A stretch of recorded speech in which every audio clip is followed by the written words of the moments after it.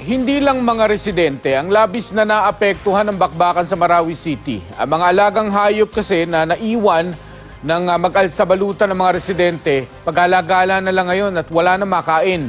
Makibalita tayo kay Rafi Tima. Sa gitna ng mga putukan, inabandona ng mga taga-Marawi ang kanilang mga bahay para sa kanilang kaligtasan. Pero bukod sa kanilang mga tahanan, marami sa mga alagang hayop ang naiwan. Mga aso, pusa at mga kalapati.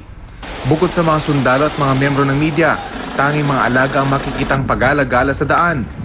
Sa isang kalye sa Barangay Mapandi, ang mga asong ito na ang hari. Dahil marahil gutom, hinabol at pinag-agawan ng mga asong ito ang isang kuting. Nilubayan lang ang pusa ng saway ng aming crew. Pero sa tindi ng sugat na tinamo ng kuting, nang hina ito at namatay. Minsan, binibigyan ng pagkain ng mga sundalo at media ang mga hayop na makikitang pakalat-kalat. Ang kuting na ito, matapos pakainin, hindi na nilubayan ang aming team at natulog sa aming mga gamit. Matapos i-post sa social media ang mga larawang ito, marami ang naawa at nagtanong kung paano nila matutulungan ang mga alagang hayop.